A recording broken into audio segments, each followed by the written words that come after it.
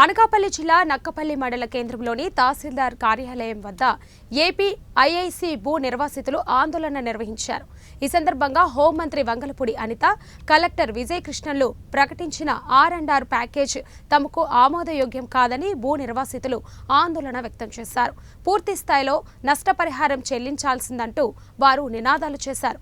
హోంమంత్రి collector R&R package 8,36,000 రూపాయలకు మరో 62,000 రూపాయలు కలిపి 8,98,000 రూపాయలు ఇస్తామని ప్రకటించారని సిపిఎం జిల్లా కార్యదర్శి వర్గ సభ్యులు అప్పలరాజు తెలిపారు.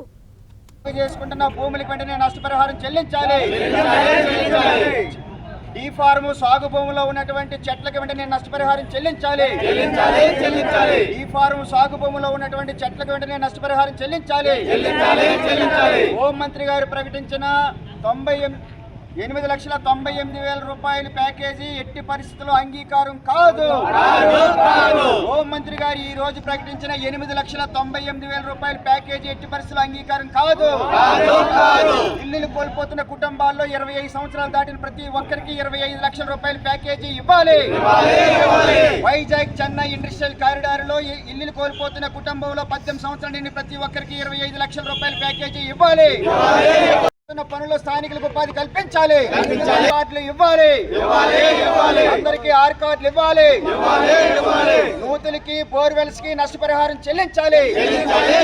హోంమంత్రి గారు ప్రకటించిన 8,98,000 రూపాయలు ఎట్టి పరిస్థితుల్లో అంగీకారం కాదు.